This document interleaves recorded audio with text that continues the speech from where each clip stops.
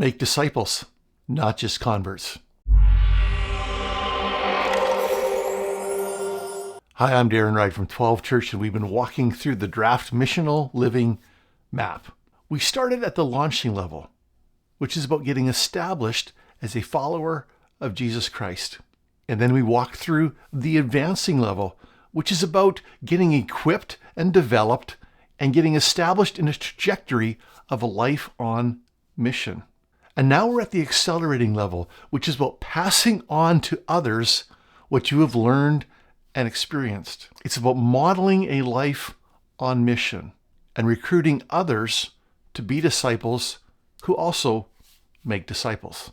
Again, it's about helping them experience and learn what you have experienced and learned in the launching and the advancing stages of the Missional Living Map. The very first aspect or step in the accelerating phase is winning. It's about evangelism. We've talked a lot about that.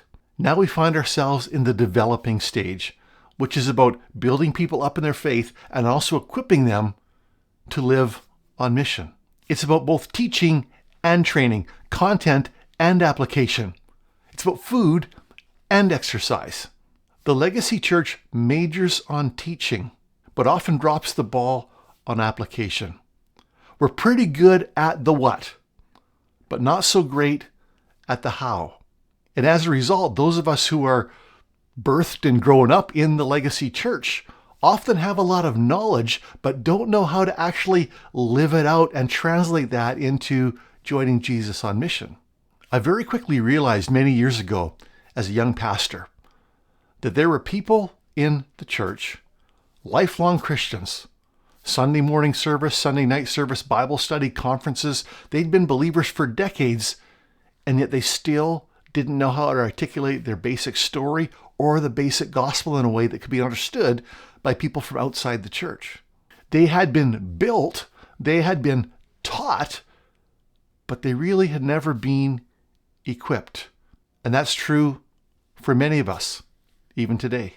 As a person on mission, you are called to be a disciple maker, to help others be disciples who make disciples, to develop them in such a way that they too can live a life all in on mission with Jesus. Now, practically, what does this look like? Well, it means both one-on-one and group leadership, where you are pouring into individuals and pouring into groups of individuals the things that you've learned and experienced, and most importantly, the things you are doing as you live on mission.